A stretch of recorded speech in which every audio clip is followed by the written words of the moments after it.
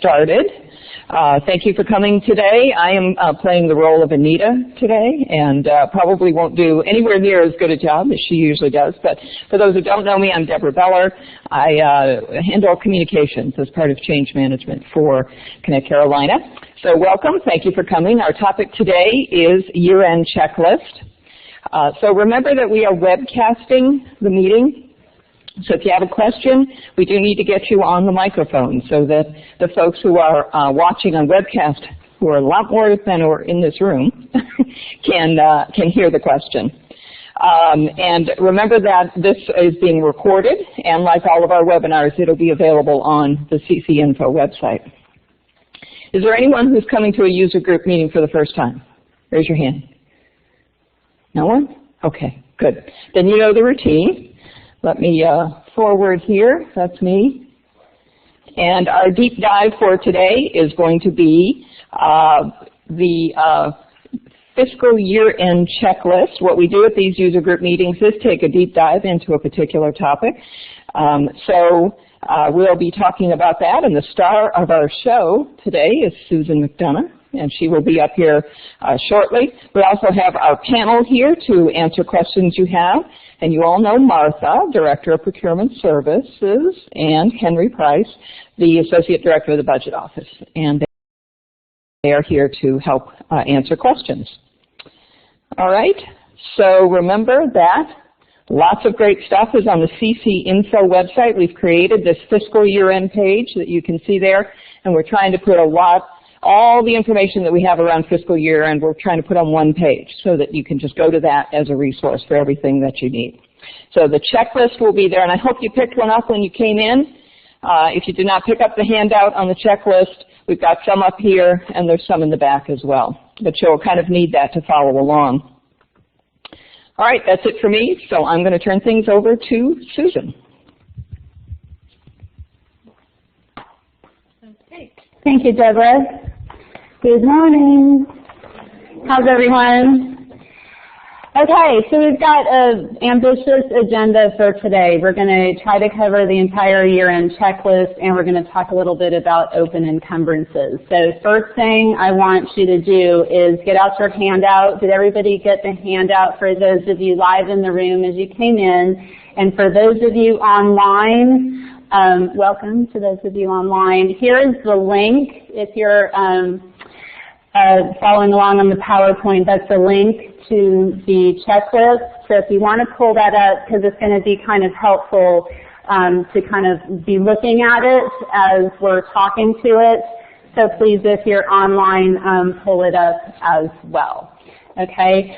While you're pulling it up, let me just make some comments about what this checklist is and what it isn't. Okay. So hopefully everybody has read or is at least aware of the memo that came out on May 5th from Dennis Press, the University Controller. That is the official document about year-end close procedure and timeline. So the checklist we're going through today does not replace that. What the checklist is an effort to give you a place to go that are sort of the task-oriented items, if you will, and give you some reference documentation to go along with that.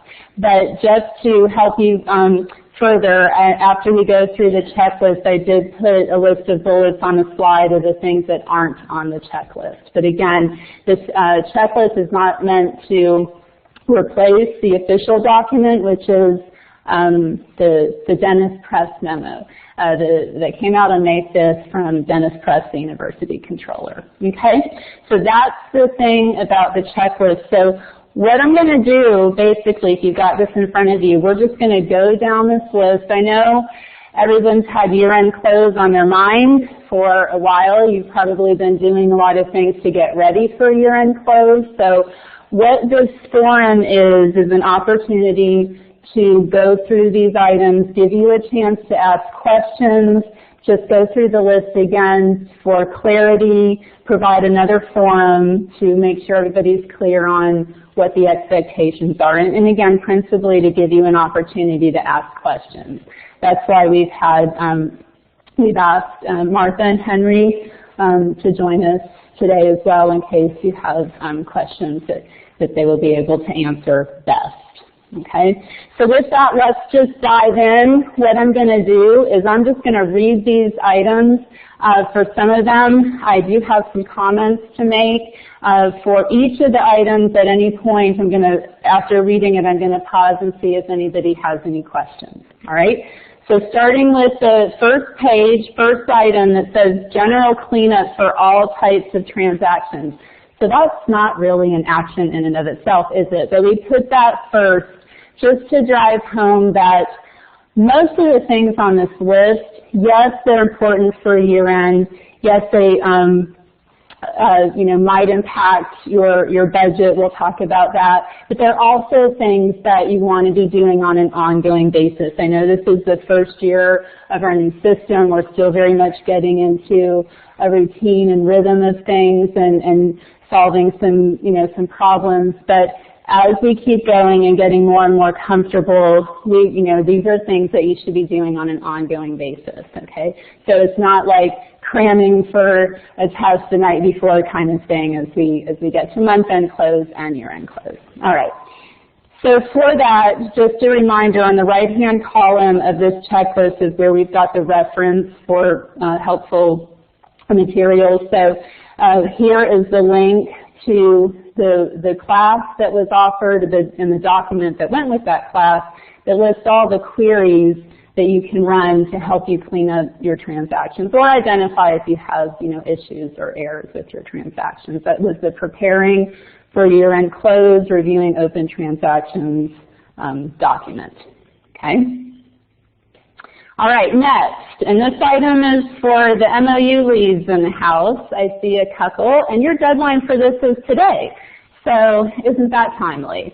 So I don't know if you need to leave the meeting right now and go work on this, but I'll let you decide that if you need to leave quietly. But you need to respond to the budget office on sources subject to carry forward for Trust 1 and 2 via the ABC template. Okay, so you need to fill out the ABC template, send it back to the budget office, post haste. No questions. Okay, next one. Last day to submit state receipt budget increases to be approved for June by the state budget office. Okay, the deadline for that is 2 weeks from today. That's May 29th. And to do that, you would enter a budget journal for the increase, and on the right-hand column there is a reference for the procedure for how to enter a budget journal in case you need that. If you have any questions about that, whether procedurally or what data to enter, things like that, please contact the budget office. All right. Next, submit departmentally approved, meaning you need to get it complete through department approval, budget journals for fiscal year 2014-15 for all trust funds, including those with contractual agreements, contract trusts, recharge centers, and internal service funds. Okay. Reference for that, and that's June 12th, which is also a Friday, is to also enter a budget journal, make sure it doesn't have any errors, make sure it gets complete through department approval. Difference there is that if you have questions about those journals, you contact accounting services rather than the budget office. Okay. If you contact Henry, he'll just route you to Chief kind of thing. All right. No questions. Okay, this might not be as ambitious as I thought. We might be done and might give you 30 minutes of your day back, but I don't promise that just yet. All right, next one. Reconcile P-card transactions after the June statement is issued. So this is normal process. You have till, whatever charges are made after June 14th. Then you want to go in and reconcile and approve your P-card transactions so that they will post by the 21st, okay? So nothing really new there, but it is part of, year-end when you're talking about what's going to be counted as on this year's budget. All right, next one. All requisitions must be complete with requisition status of approved and budget status of valid in order for the requisition to be sourced. So when we say requisition, we mean those vendor catalog orders and purchase requisitions. Okay, just a note about that. If the requisition as of June 15th, the deadline for that is June 15th to have all your requisitions in those two statuses, which you can find that, the query that's on the right-hand column, you see that NC underscore ET, etc., that will show you both those statuses. Okay, there's a column for requisition status, there's a column for budget status. You want all of them to say approved, you want all of them to say valid. If as of June 15th, any that are not in those statuses will be canceled, okay? But before that might get anybody concerned, you will still be able to enter orders continually. The ability to enter orders does not stop. It's just a question of what is going to be counted towards 2015 budget and what's going to be counted towards 2016 budget. So whatever's not in those statuses as of that date will get canceled, but you can still continue to order after that. If your requisition happens to get canceled, you can simply just re-enter it the next day if you want, but it's going to go towards 2016 budget. Okay? All right, next one. Check for unposted vouchers and unprocessed requisitions. So the requisitions part is same as above. Make sure they've been approved through the department, submitted, they don't have any errors with no match exceptions. And if you're not going to use them, you want to, if it's a voucher out there that you're not going to dispatch or send to the vendor, then you just want to delete it. Okay, and the deadline for that is also June 15th. So just June 15th for all your purchasing stuff. Keep that in mind. So vouchers and requisitions, you want to make sure that those are through department approval and don't have any errors.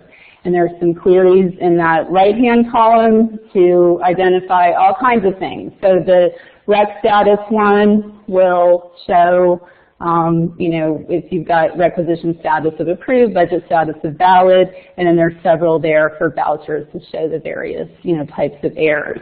Vouchers, has been communicated, before, will get deleted. Okay, so since we've gone live in October, we've rolled vouchers month to month and put a new accounting date on them. For year-end close, that's not the case. They will get deleted. Okay, so your deadline for that is June 15th to have your vouchers complete through department approval. Okay, that's the key. You can't get past, get to approval if you've got any errors. So just get to past approval. Lexi, did you have a question? So can you still enter vouchers after the 15th? Yes, you can still enter them. So both with requisitions and with vouchers, you can continue to enter them. It's just a question of what budget it's going to hit. So if you have a voucher as of June 15th that isn't through department approval, gets deleted, let's say. On June 16th, you can enter that voucher again. It's just going to hit your your 2016 budget. But I can wait until the 16th and then enter, but those will not be deleted and will continue to. Correct. That's correct. Yes. So the question was, can I continue to enter vouchers if I enter it can I enter it as of the 16th? And the answer is yes. Somebody else back here have a question? Just a follow on that. When we enter vouchers after the 15th, should we submit them for approval? It's not quite clear at what point we should put them into the workflow. Where are they going to be held? So the question is, if I enter a voucher this June 16th or later, do I submit it for approval or do I hold it? What do I do? You go ahead and submit it for approval. Just process it like you normally would. Act like it's July 1st. So just do your normal thing, and the system will take care of the rest. Okay? Thank you for that question. Good question. Yes, Gwen. But just to be clear, if we have a few vouchers to enter and it's getting close to June 15th and we aren't sure if it'll get through approval, we just hold those if we're not concerned about them getting on 15. Because you don't want them to be entered on like the 14th, let's say, or that's a Saturday, Sunday, but you know what I'm trying to say. You don't want to enter them on the Friday before and then they not get through and then they get deleted. That's right. Right. If you're sure they're going to get through departmental approval, enter them by the 15th. But if you're not, you might as well hold them until the 16th. Yes, because otherwise you risk them getting deleted and then you would have entered them twice and save yourself some work. Yes. Does that go for travel as well? I assume it's all vouchers. Yes. You mentioned that the vouchers will be deleted at the end of the year, so that will not be the case for those that will be in process after the 16th? That's correct. So if you enter it on June 16th, it will get processed. It will not get deleted, and it's going to be counted towards 2016 budget. Okay, so it's only as of June 15th of this year. If it's not complete through department approval, those are going to get scooped up and deleted. So will we see the accounting date change on those on the 16th or after to be July 1? Okay. Yes, the question was, so yes, if you enter it as a voucher as of June 16th, the accounting date will be July 1.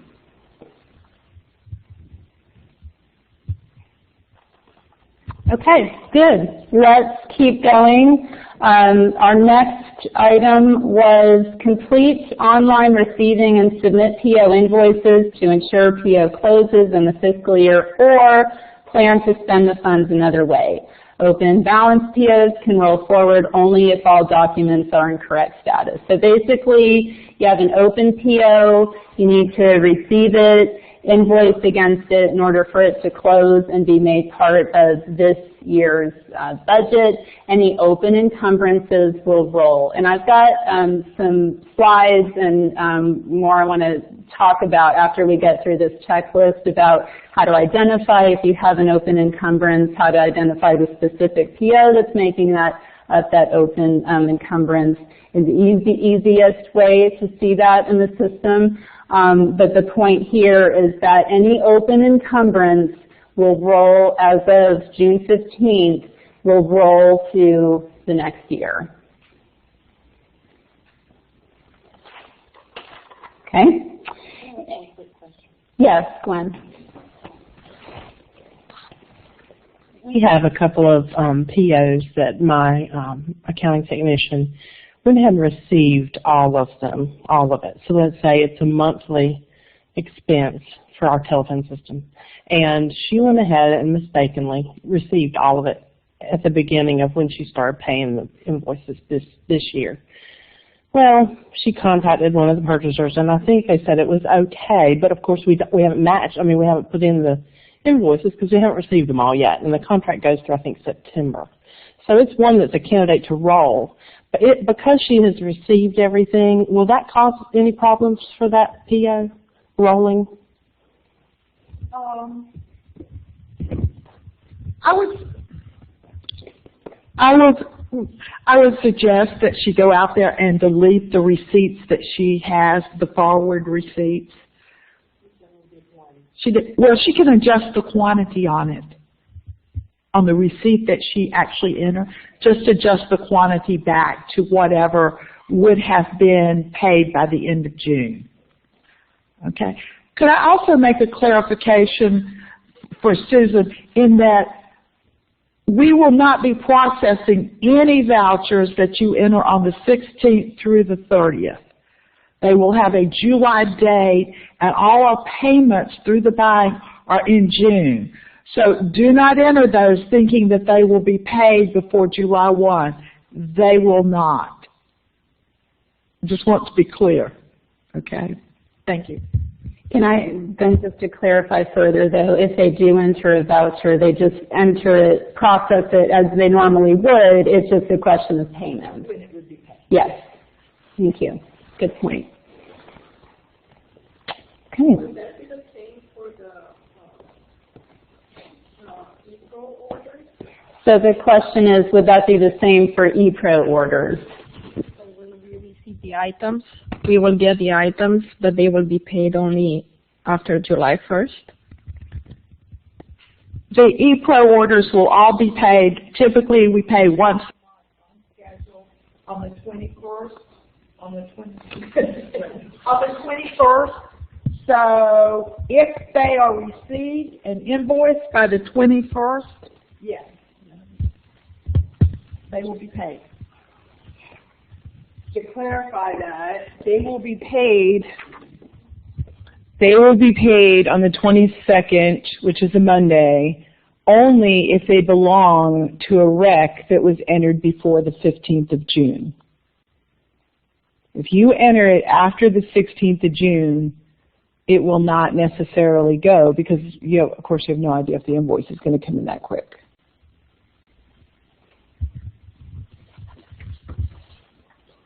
So bottom line, try to get everything in by, if you want it to hit your 2015 budget. But I think the question was, if you put in a requisition, e-pro for Staples, BWR, whoever, will the items still be shipped to us in the same time frame? I mean, we'll get it. Oh yes. Okay. Yeah. All right. Good. Okay. Thank you. Yeah. Thank you for clarifying that. Okay, good question. Thank you all for your questions. All right, let's move on to the next item. Submit online cash advance settlement journal entries and ensure they are past departmental approval. Okay, so that's kind of self-explanatory. The reference for that is on page 33 of the document that of the training that was done, the webinar that was done. So it gives you the specific chart field strings that you need to enter depending on how you want to settle your journal, whether it was more than or less than the the initial advance. And we have a question on that. Yeah, we have a webinar question. If a voucher is entered on the 16th and has to be budget checked, how will it be budget checked for FY 15-16? If you enter a voucher on June 16th is the question, the answer would be the same. You just process it like you normally would, and it's going to hit June 16th. It'll be on next year's budget. Next year's budget.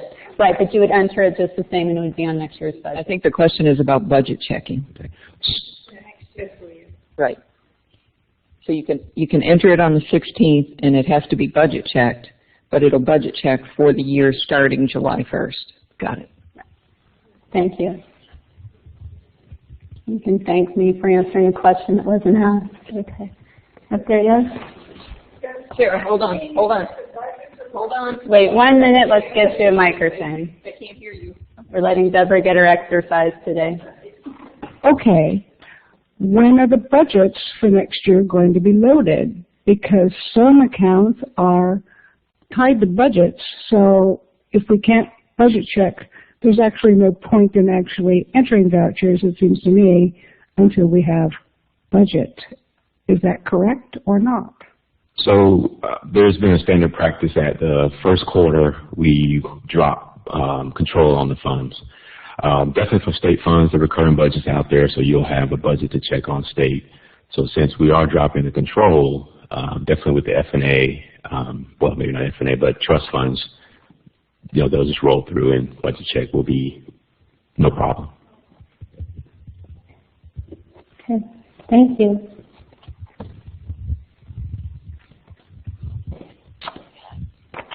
All right, turning the page. We've turned a page in our process. All right.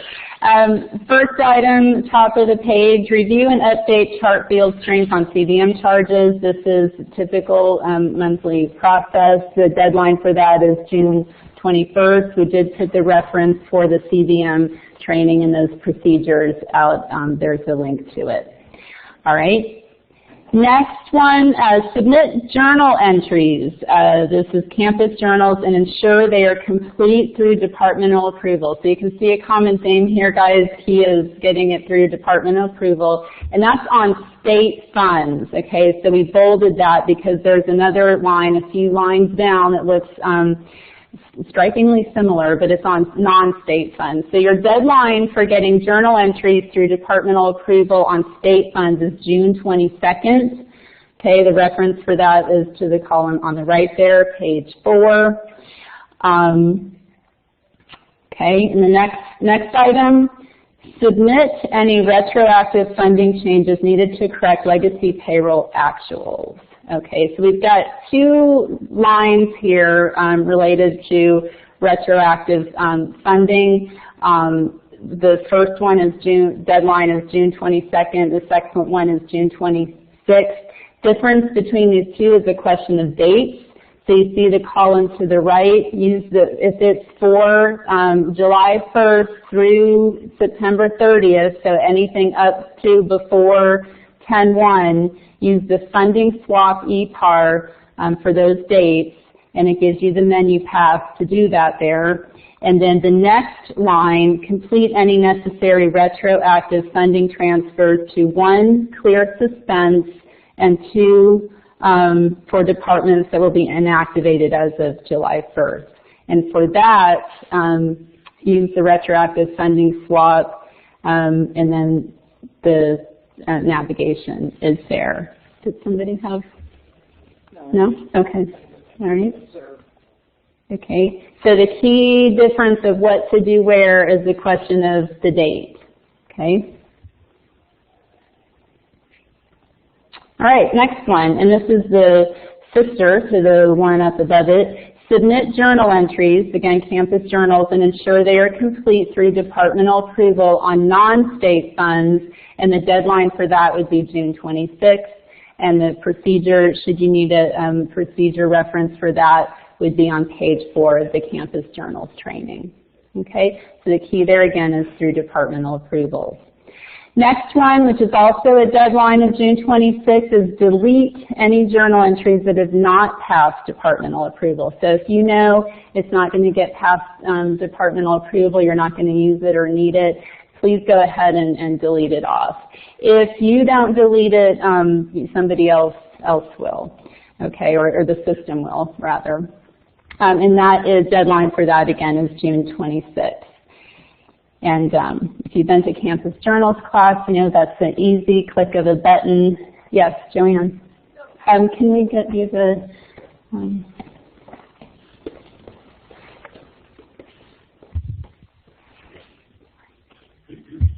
I just want to jump back to the retroactive funding transfers where it says June 26th, or even the one before, which is June 22nd. Mm-hmm. When does it need to be approved by OSR by that date in order for it to clear the suspense account? The June 26th date is for campus approval, and then OSR, we work with them. They'll be working the weekend to get those approved on their end. So it's a campus deadline. Okay. Thank you, Dennis. Okay. We were just finished the journal entries item. So the next item is submit data collect batches, and the deadline for that is June 26th. The comment is to allow appropriate time to correct errors so that accounting services receives a valid file by June 26th. So if you are sure your file is clean as a whistle, wait till the 26th. But if you're not sure, they need to be error-free as of the data load on the 26th. Yes. Okay, we have a question from a webinar participant. Will there be an opportunity in July to do retroactive funding transfers to clear suspense entries from June payroll? I believe so. I don't think the closing of the fiscal year will prevent you from adjusting them in July.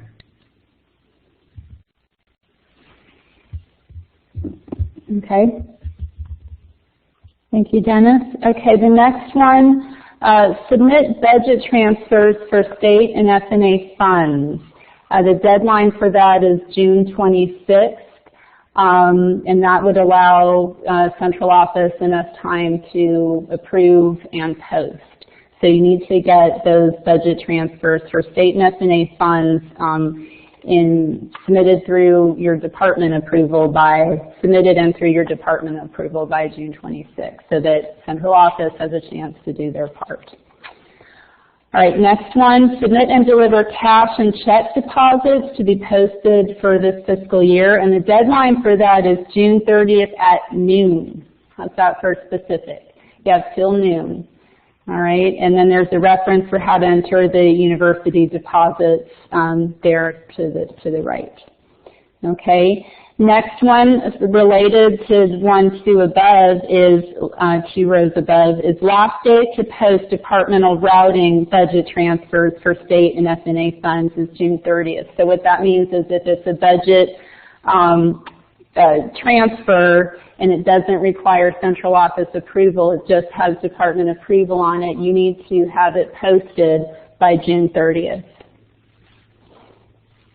Okay. Next one, load budget for trust budgets not using the ABC template or method. For that, that's the import journal, budget journal process, and there's a reference for that on the online help as well. Next one, deposits for credit card payments settled before June 30th must be submitted by the deposit system in ConnectCarolina. And the deadline for that is July 1st at 10 o'clock a.m. Okay? And last but not least, we did pretty good. Review employee funding sources and remove any chart field string combo codes that use the department number that is going to be inactivated. Okay, the deadline for that is July 21st, and the navigation for how to get there and do that is to the right. Joanne. And we're climbing upstairs to get to our questioner. We are almost there. We got there. Joanne. So my question is, we have a couple of these, and the new department number isn't effective till July 1st.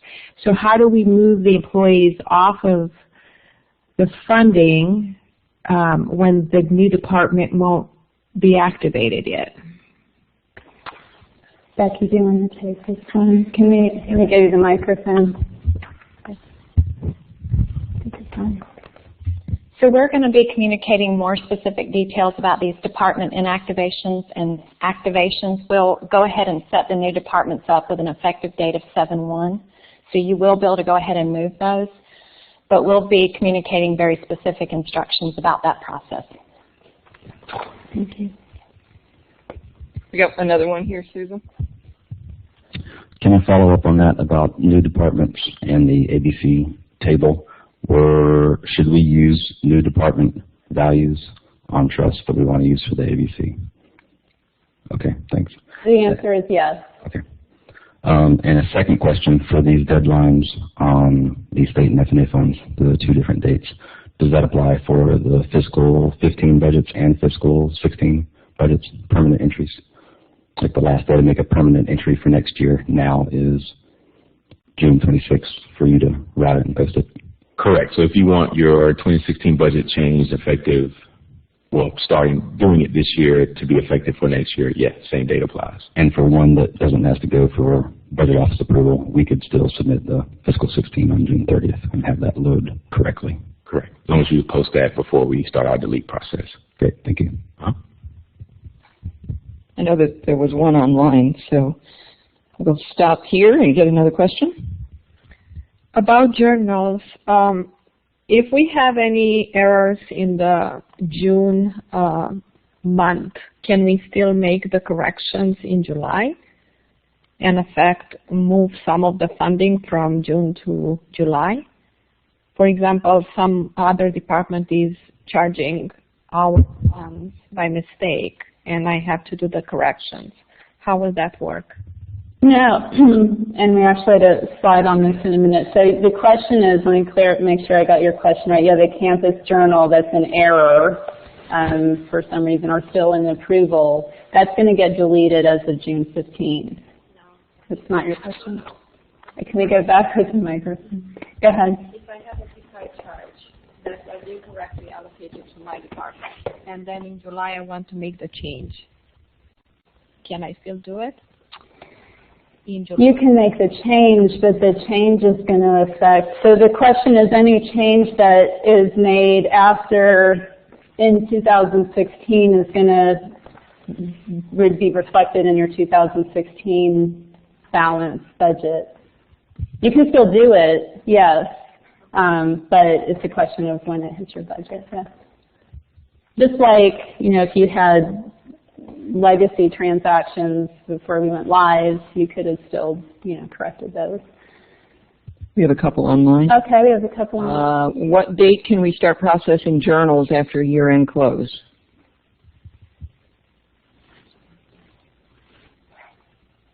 As of July 1st. Well, yes, I agree, and I think once we work out the specifics of when the year is closed and these systems open, we'll certainly announce that. I don't have a specific date, but it'll be after the close.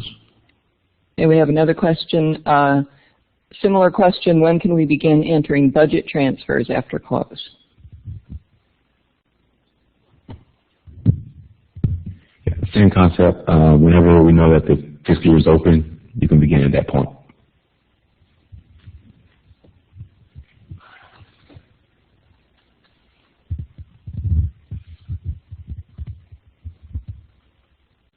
Do we have any other questions online? Okay, so we've gotten through the checklist. Let me just pause a minute and see if we have any other questions or any other comments that the panel would like to make. Anybody? Okay, well, we'll keep going, and if you think of something else, we still have a few minutes. Okay, so let's keep going now. I'm going to go back to the PowerPoint slides here, so if you're looking online or you're looking here. So I said at the beginning, again, the official document for year-end close was the memo that came out on May 5th from Dennis Pressett, University Controller. So the checklist that we just went through doesn't have every single thing that's on that memo. So you still need to read the memo and make sure that you digest that. But just so in case you're wondering what things aren't on there, I've gone ahead and just bulleted them here. So for example, cabs, e-commerce purchases, storeroom purchases, new source requests, transfers from the department that's listed there, foreign wire transfers, and then there's some listings of the payroll lockout dates that you want to refer to. So these are the things that aren't on there. What made it onto the checklist were things that, you know, we thought would be useful to have a reference for and are more tasks, you know, things that you might need to action. Okay. All right. So, but still, please read the memo and use that also if you haven't already. Okay. For our second agenda item for the meeting was to talk a little bit more about, well, first of all, just sort of emphasize consequences, I guess, of, or impacts is a better way of saying it, of not, you know, cleaning up your transactions. And we've kind of covered all of them already, but I've got some slides here just to emphasize that. So I'm going to drive that home with a few slides and then talk about open encumbrances and how they will roll. And then easiest way in the system to find your open encumbrances. All right, so with that, so campus journals, okay, again, these are now repeat because we've talked about them and through the questions we got, but just for emphasis, campus journals need to be fully approved by July 22nd is for the deadline, otherwise they get deleted. Okay, there's some queries to help you look up errors or things that haven't posted yet. Vendor catalog orders, they need to be requisition status approved, budget status valid as of June 15th. Otherwise, they will get canceled. But just keep in mind, you can continue to keep ordering. The ability to keep ordering never stops. It's now just a question of what your budget is it going to hit. that requisition, if it's not in those two statuses as of the 15th, will get canceled. So if that happens to you, and you needed that requisition, then just, re-enter it the next day. All right. Be aware of your vendor timelines for vendor catalog orders. In those two statuses, your invoice has to be received by the 19th in order for that to get to be counted towards 2015 budget. So that's another nuance about your vendor catalog orders. Okay, the invoice needs to be received by June 15th in order for it to get counted towards this year's budget. All right, purchase requisitions, really no difference here. These are all requisitions regardless of whether it's vendor catalog or purchase requisition. It needs to be in those requisition status of approved, budget status of valid as of June 15th. Otherwise, it will get canceled, but you can continue to order. All right. Vouchers, again, June 15th is the deadline. Have to be completed through departmental approval. Otherwise, they'll be deleted. All right. Okay, so open encumbrances. All right. So basically, talk about open encumbrances. We're talking about purchase orders, and there's two ways that we get purchase orders: vendor catalog or purchase requisitions. Okay. So purchase requisitions that have not been invoiced and received as of June 15th will roll to 2016. And that amount will basically be encumbered against your 2016 budget. Okay. For vendor catalog orders, if they haven't been invoiced, then they'll roll. So basically, any of your open encumbrances as of June 15th will roll to, that encumbrance amount will roll to 2016 budget. Any questions about that so far before I keep going? So basically, this is, what will happen if your beginning 2016 budget is $1 million and you have 2015 rolled encumbrance amount of $20,000, that's how much you had left over, then that's going to be encumbered against the $1 million, and now you have, $980,000 in the balance. Okay. Simple math. Can't you list all your numbers have zeros like that? Okay. All right. I know y'all were thinking, can she come up with a real example? Okay. All right. So I just want to talk about, if you're sitting there wondering, okay, so how do I make sure if I have an encumbered amount, and if I have an encumbered amount, how do I find it?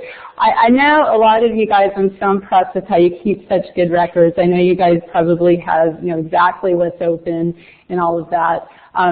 But if you wanted an extra way, the easiest way to find that in the system and be sure, that's what I'm going to take the next few minutes to talk about. All right.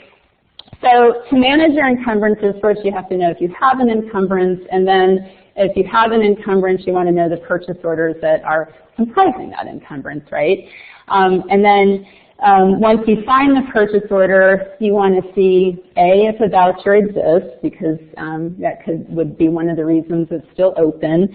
And if there isn't a voucher, see if you can get the invoice and upload the invoice. And if there is a voucher, maybe there's a match exception, or maybe there's an error, or maybe it hasn't been received yet or something. So kind of two objectives all around the voucher. Okay. So there's two ways to see whether you have an encumbrance. You can go to InfoPort, or you can go to the Budgets Overview page. Now I know everybody is familiar and used to working with InfoPort. Maybe not as many of you are working with the Budgets Overview page, but I've got some slides to walk us through that here. And if you feel like you'd like another maybe webinar or something on Budgets Overview, we can certainly put that together, but I'm going to walk through the steps here. Difference between the two, InfoPort is a day or sometimes more behind. The ConnectCarolina Budgets Overview page is real time. All right. So here's a screenshot of, let me blow this up a little bit, of InfoPort. As you know, it's showing your budget balance. So if you see any amount in that encumbered column as you're getting closer and closer to your end, you know you have, an amount sitting in your encumbrance, and that's the amount that will roll, okay, and be encumbered against your 2016 budget. All right, and then the other way was through the Budgets Overview page. The Budgets Overview also shows your budget balance, and it also lets you drill down. It's the quickest way to drill down and see the PO that is making up that encumbrance, okay? So let me just walk through that. So here's the navigation to get to the Budgets Overview page. It's Commitment Control, Review, Budgets, Activity, and then Budgets Overview. Click the Add a New Value tab, enter in a name, and click Add. And you come to this page. All right, there's my little laser beam there. Somebody have a question? Go back. Go back. Oh, you can't write that. Okay. We're going to provide the slides. Thank you for reminding me that these slides actually are already posted online. And again, we can do, let us know if y'all want additional training about Budgets Overview. We can, put that together. But again, all these slides will be online. So navigation to Budgets Overview page. You get to this page. I'm going to keep going. And then you come to this page, and you want to put in the ledger that you're looking for. So if you're looking for state budget balance, F&A budget balance, whatever you're looking for, you would enter it in here. And then down here is where you'd put the chart field strings that are the budget that you're trying to look for. And when we talked about InfoPort, if we went through the InfoPort class, they really honed in on entering the right set of chart field strings. Same thing applies here. So whatever chart field strings you're used to entering on InfoPort to see whatever balance you want to see, so for your state, et cetera, same combinations, okay, down here below. So in my example, I'm entering in a state, I want to see a state balance, and so I enter in there. You can use the wildcard %. If you want to leave a field blank, you just enter in the %, which is the wildcard, and then you click search. Okay, and then this is how it displays your budget information. So these are the same sort of scheme, if you will, that you're used to seeing in InfoPort. It's giving you, your budget amount, your expense amount, and see here it's showing you that you have an encumbrance amount. So it would be the same information at this point that you saw in InfoPort, except keep in mind Budgets Overview is real time. InfoPort, there's a lag. So anyway, this is showing me that I have, an encumbrance amount. All right. So what I can do down below, this is part of the same page. This would be the top part of the page. This is the bottom part of the page. It'll show that encumbrance column, just like you're used to seeing it in InfoPort. Okay, so you see, first of all, you've got this total encumbrance amount, and then in the detail down below in that encumbrance column, it'll show, the breakout of those amounts. If I click that link there, that big link like that, okay, this is what it'll do. It'll show you all the chart field strings, the transactions, and with their chart field strings, that comprise that, that amount. And then here's the key. This is, one of the keys. This little box here, if you check it, then it will show you just the purchase orders that are still open. Okay, once you click that amount, like if I'll go back here, one slide, if I click that $375 link, it brings me, like, would give me more transactions because it would also give me the closed, purchase orders. But by clicking that display open encumbrances only checkbox, it'll just show me the purchase orders that are open. Okay, so in this case, I only have one purchase order that's open. Okay. All right. So that's step one. You find, do I have an encumbered amount? Because the whole purpose of this, if you're trying to manage your encumbrances so that they don't roll and you want to manage them down, if you don't, then you don't have to listen to this. If you do, then this would be the point.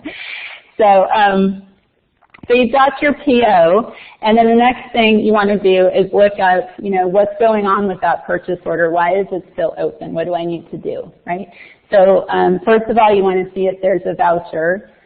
Second of all, you want to see if there is a voucher, what's going on with it. Why is it still open? And you can find that by going through the Pio Inquiry page. And from the Pio Inquiry page, there's this really cool page, if you're not familiar with it yet, called Activity Summary. That would show all your related documents to a PO. It would show you whether you have an invoice, whether you don't, if you have a receipt, whether you don't, and the balance among the invoice and the receipts and all of that stuff. So I got two examples here. Okay, I've got one example where I'm going to go now through Pio Inquiry and show the activity summary page. My first example is one where there's no invoice at all. Okay, so the PO is still open, and the reason is that there's no invoice. And my second example would be that some of it has been invoiced, but there's a mismatch between the receipt amount and the invoice amount. Okay, so this first example where no voucher exists, we navigate to Pio Inquiry, so you can see it there: purchasing, purchase orders, review PO information, and purchase orders. Okay, and also there's this document here. I put the link out here. We have a reference document already for Pio Inquiry, and it also it talks about activity summary and a related useful page called document status. All right, so you search for your PO, right? This is the same PO that I just found going through my the other demonstration, and I pull it up, and here then I click on this activity summary page, right? And this is what it shows. So you can see this top part here.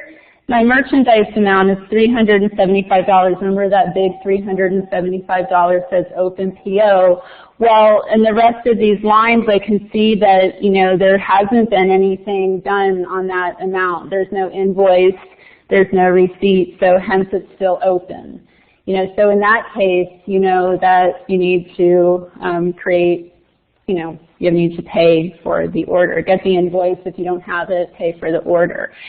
And see all these tabs across the top here are the related documents. So you can go from, you're in the PO, land right here. So if you want to click and see the related invoice or click and see the related receipt, you can do that. So in this case, I already know there's no invoices, but just to illustrate, I can click invoice and it's telling me, there's nothing's been invoiced.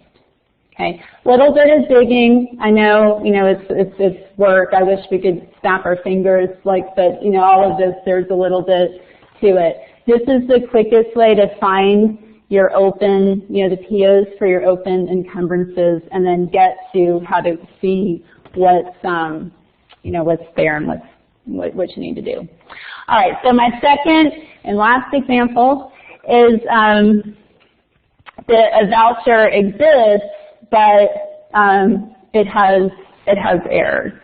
So I do my same navigation. I search for the purchase order. I click activity summary. But you can see in this case, right, I've got this much invoiced, but only this much received, right? So right now, right away, I know that there's a mismatch between, because if I've invoiced it, I should have received it, right? So there's my problem. If I click on the receipt tab, well, I just blew that up. If I click on the receipt tab, okay, it's showing me this mismatch between what I said I received and what I've paid. So there's my 601. That was the difference between that header amount at the top. So I know that I need to pay, you know, that amount or receive that amount. Questions? How many for you this is totally new? Few hands? Okay. All right. Any questions about any of that? Okay, any questions online? All right. Any questions about anything at all?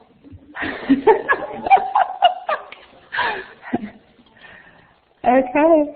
Well, with that, I'd like to thank our panel very much for coming today and answering the questions. Thank you guys for your participation.